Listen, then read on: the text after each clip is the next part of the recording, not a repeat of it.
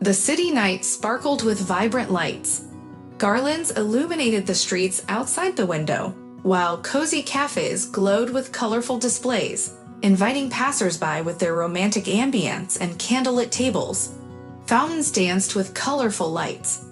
Elegant women, as if fresh off the runway, strutted confidently down the sidewalks. John, however, seemed oblivious to any less glamorous sights. Perhaps it was because this resort town, in peak season, attracted beauty in abundance. John was a man of precision, reserved, responsible, and punctual, just like most Germans. His career had flourished over the years, having partnered with the BMW Corporation for 2 decades. While it hadn't made him a millionaire, it certainly afforded him a life of comfort and success, a far cry from his days as a Soviet engineer. His wife was the epitome of grace and poise, and together, they had built a life over 25 years. Their son, Sam, on the other hand, was cut from a different cloth.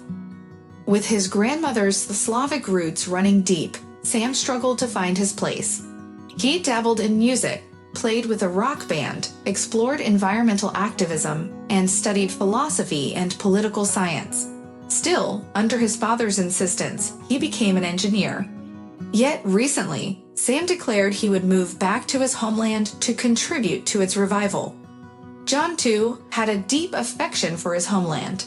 He had spent the first 23 years of his life there, and although his parents had left it with great difficulty nearly 30 years ago, it still tugged at him. He seldom visited, first because of visa complications, later because there was no one left to visit. Still, the pull of his homeland remained strong. Every summer, he returned, drawn by the fragrant nights and the heat of the day, soothed only by the cool embrace of the sea. Each time John visited, he would park his trusty BMW late at night and ride the familiar 9th trolleybus along the old route. His son knew the routine well and often accompanied him. It wasn't hard to guess why. It was the same trolleybus John had taken in his youth when he visited his now-departed grandmother. And though Sam didn't know exactly what memories his father was reliving, he understood the sentiment. One evening, while riding the trolleybus, John noticed her. She slipped into the crowd on the back platform. Up until that moment, he'd been drained by the day, but something shifted when their eyes met, green, cool, and calming. The girl seemed to him the most beautiful he had ever seen, with thick blonde hair that shimmered under the dim trolley lights. John watched her out of the corner of his eye as she asked someone where her stop was. He followed her to the exit, curious about her energy despite what must have been a long day. Most people were irritable at that hour. Step on their foot and you'd get an earful. But this girl was different, composed. As passengers hurried off the trolleybus and dispersed, she stood there, clearly unfamiliar with her surroundings. She headed toward a 24-hour supermarket. John hesitated, unsure whether to follow. Before he could make up his mind, she returned with a large bag, glanced around once more, and walked back toward the trolleybus stop, still uncertain. "Excuse me, I think you need the number 9 trolleybus." "Really? How did you know?" "We were riding it together earlier, and I thought we might be heading the same way." "Yes, I'm going home too." "Then we need to go to the next stop. It's just around the corner." The stranger laughed, thanked him, and even let John carry her bag of groceries. As they walked, she mentioned she was leaving for another city the next day. Everything was packed, but they had forgotten to buy bread, so she made a last-minute trip to the store. "What's your name?" he asked. "What's yours?" she replied with a playful smile. "John. And I'm Juliet. Have you read Shakespeare?" "Of course." John had indeed read Shakespeare, but he found it hard to believe that Juliet was her real name.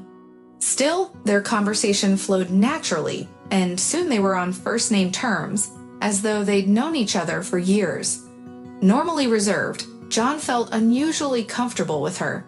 In just half an hour, he had shared much of his life story, how his father, a German engineer, met his mother during an internship, and how he had moved to Germany after college.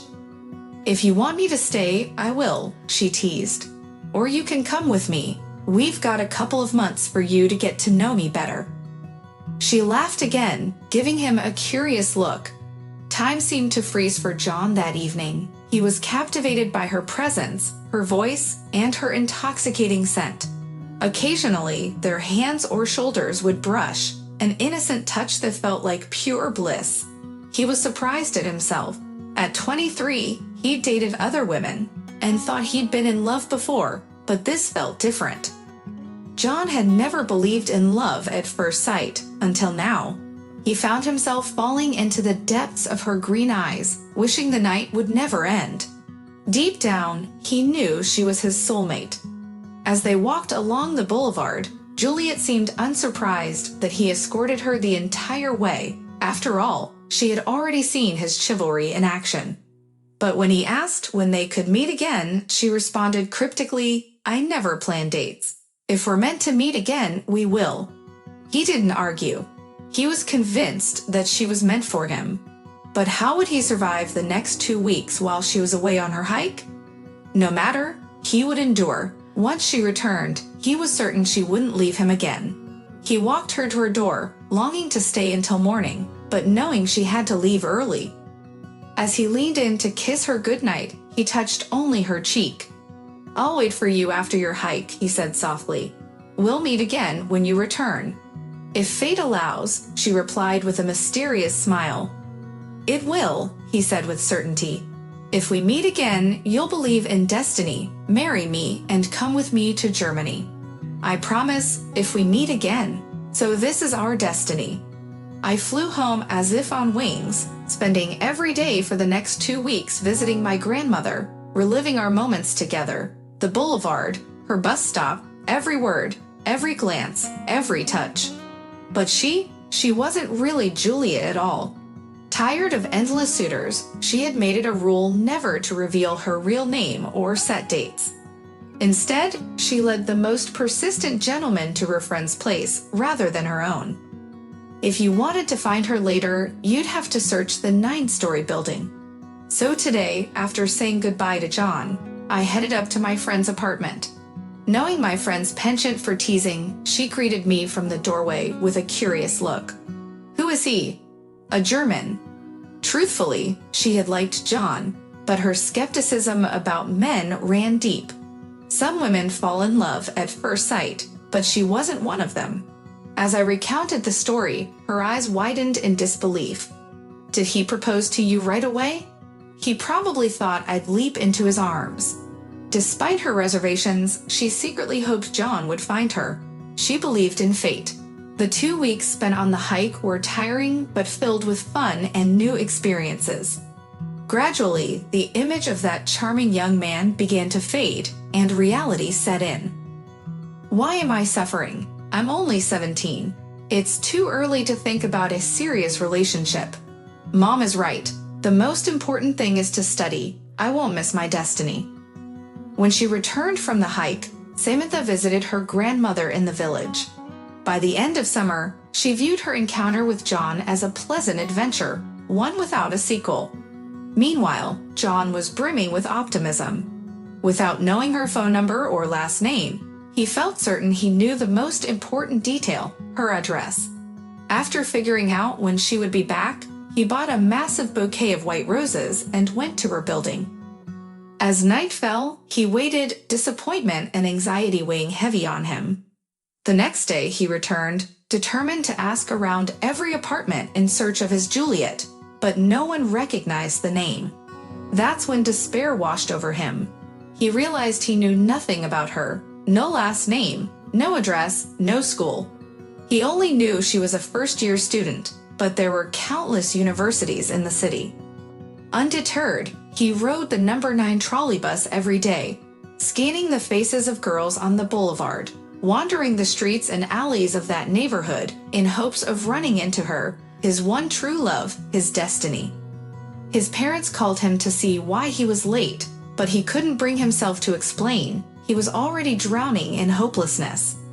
At the beginning of September, he sold his apartment and left town.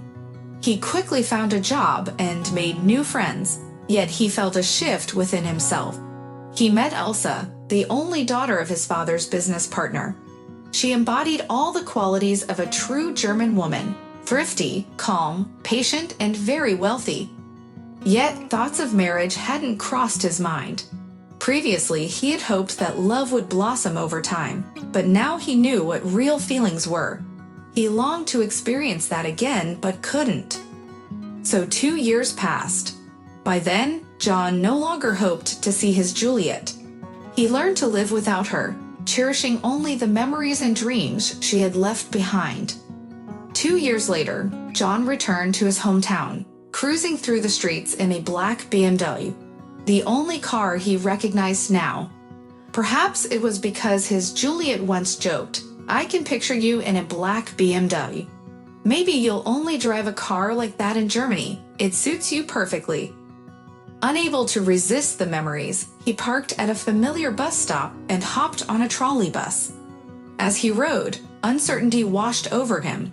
Was it really her, his Juliet? So much time had passed.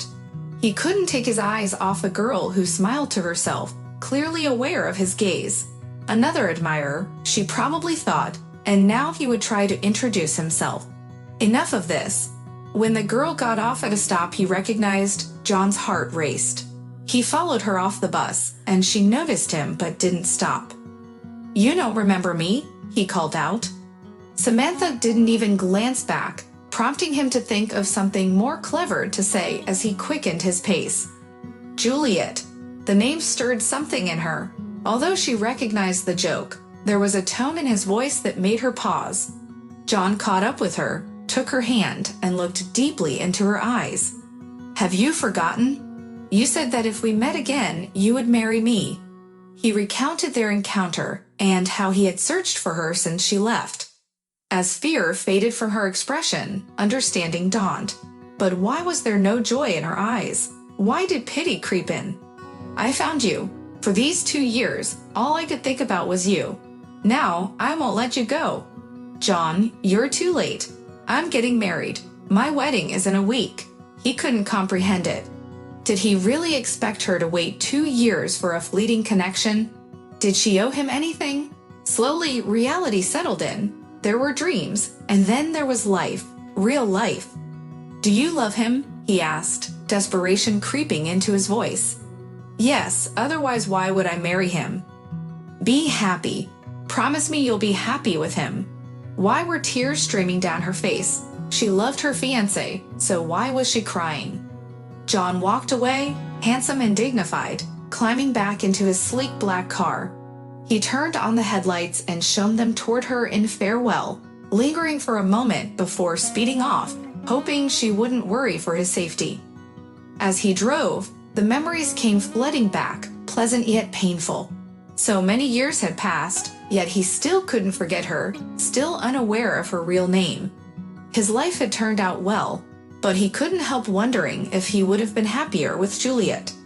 He tried to reassure himself that he and Elsa were calm and cozy together. Wasn't that enough?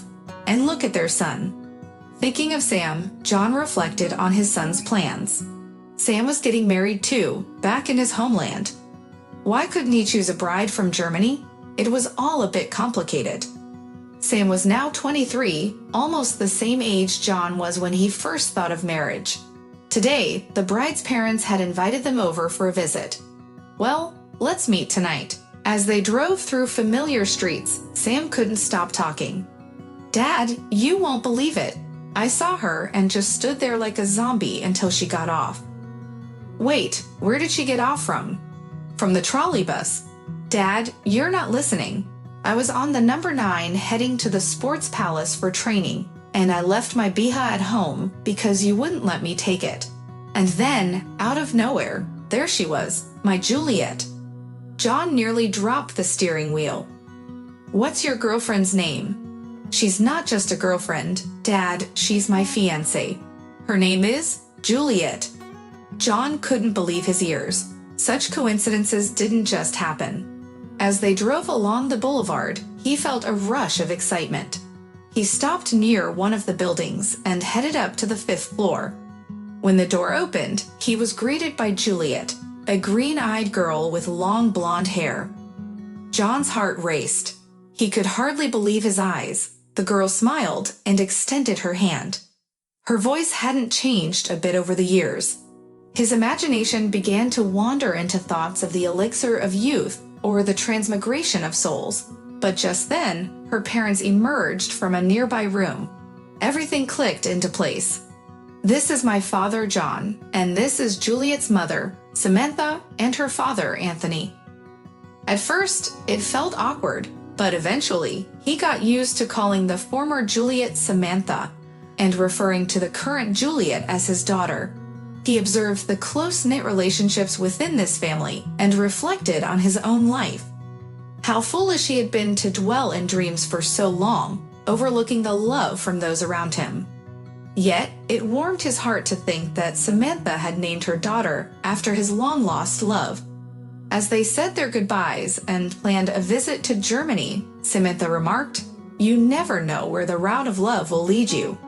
The young couple loved the phrase so much that when they decided to tie the knot, they chose to take a trolleybus decorated with flowers, balloons, and ribbons instead of limousines or BMWs. Passers-by smiled and shouted, "Bitter," as they caught sight of the wedding trolleybus proudly displaying the words "Route of Love"